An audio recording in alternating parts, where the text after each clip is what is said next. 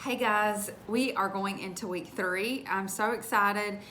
Time passes so fast. It's crazy. But I like to do a little intro into the week so that you know what's coming and not necessarily prepare for it, but I love knowing the why of things. It helps keep me focused, and it doesn't make me feel like I'm just kind of going through the motions for the most part. So I like to kind of do a little bit of an explanation, even though we will do that in the groups next week. I know you don't always have time to read every post every day. So next week we're going to talk about, to me, the things that really make this program work, and the thought that Amanda Tress put into this program years ago that addressed more than just weight loss. So on early in the week, we're going to talk about the impact of hormones, and overview of hormones, and how that is just regulating our hormones is really the big picture. Like, if we can figure out how to fuel our bodies appropriately so that we kind of keep our hormones at more of a steady state, then that's where that real fat loss comes in, and reducing that belly fat that a lot of us, a lot of females and males honestly fight with. Then that is so much of the battle that we all see when we look in the mirror. And it helps us with energy, and that is a huge reason why we incorporate carbs as well, because it helps regulate those hormone cycles. And a lot of this is focused on something that in our body called the HPA axis. So if you would like to look that up in your spare time, and I think it, especially if you're kind of a little bit of a science nerd like I am, it may help you wrap your mind around the whys of this program just a little bit. So we're going to talk about hormone health. We're going to talk about not over exercising and not under eating, which is why we kind of really we love checking macros to make sure that you're not under eating. And it's not about being a food police. It's about trying to help you with ways to meet those target goals to optimize your success. And then we're going to talk about the importance of sleep. So when we don't get enough sleep, a hormone in our body called cortisol is excreted, and unfortunately excreted at long-term excretion, and that encourages our bodies to hold on to fat.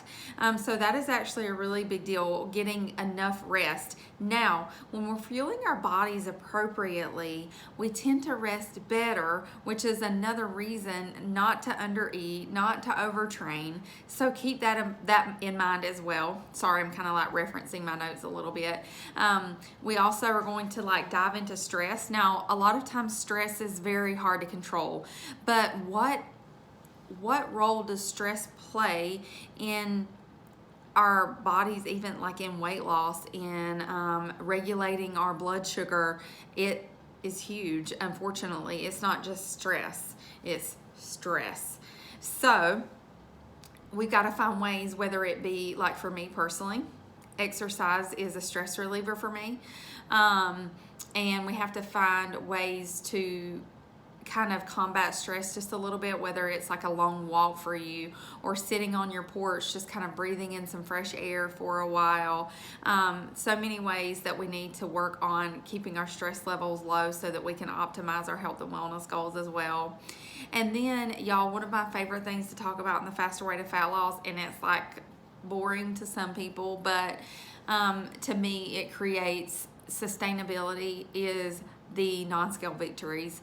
So I say this all the time, but the number on the scale, you can't give it a lot of power. I know we go into the doctor's office, and that's the first thing they do, right? And they put so much weight on our weight, and that's not really where the focus should be. It should be, in medicine these days, and unfortunately I can speak to this, we have very limited time with patients. So we look at a body weight, and we look at a body mass index, and we're like, oh, that's all that matters.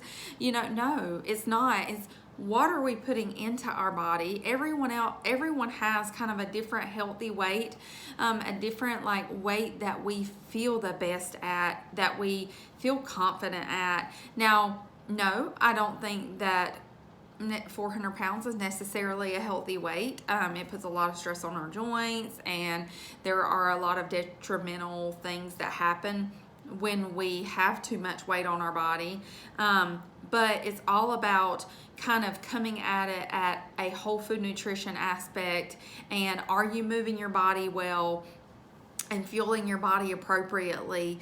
So it's more than just the pounds on a scale. And I always say to clients, especially clients that are hyper focused on the scale, is you should not give the scale that much power over you. If you are feeling really well and feeling like you are fueling your body well, if you have more energy than you had in years, if you're having less health problems, if you're having less headaches, if you're having less joint pain, then you're doing something right. Even though that number may not be just taking a nosedive, something good is happening in your body, and you should be excited about that, and that should keep you motivated, or at least keep you kind of disciplined to keep on keeping on. Anyway, I love to talk about non-scale victories. I love to talk about increased energy, better sleep, wedding bands fitting better than they have in years, husbands complimenting wives, vice versa, on hard work that they're putting into their bodies. Women especially feeling more confident in their body images. Y'all, those are non-scale victories, and that's what we want you to focus on throughout your journey in the Faster Way to Fat Loss. We're also going to talk about incorporating treats. Some of you are back for a second round, but for those of you that are not, we don't do the whole deprivation lifestyle in the Faster Way to Fat Loss because it is not sustainable, and it is not what we want you to, it's not like the main, it's not about what foods you can deprive yourself of for 6 weeks to sustain those goals, because guess what, when you start having them again, you're going to just feel like freedom, and that may be more of a trigger food for you that causes you to eat less whole foods and things like that, whereas if you kind of have those a little bit at a time, like regularly, then they can be more of what we call like buffer foods, so that you can have a little bit here or there just to kind of like satisfy that craving and not deprive your body of things, but also not let that be a trigger food that makes you do like that. And I encourage you to think about your trigger foods and think about whether or not you can have those as your treat foods. Some of us cannot, or have to kind of really be in that right frame of mind, or like literally pour a little bit of such and such, whether it be a soda, or cut a piece of cake and put the rest of it away, or something like that, because it's too much of a trigger if it becomes like a free-for-all. So just kind of think about that part about yourself, and because we all know ourselves very well. Anyway, I'm so excited to hop into week 3, and I hope you are too. Please do not forget that I am here for you, and I'm here to answer questions. You can send me ingredients list of things that you're not sure if they have whole food ingredients or if they're breaking your fast. I am here. Please don't forget that. Let's do week 3.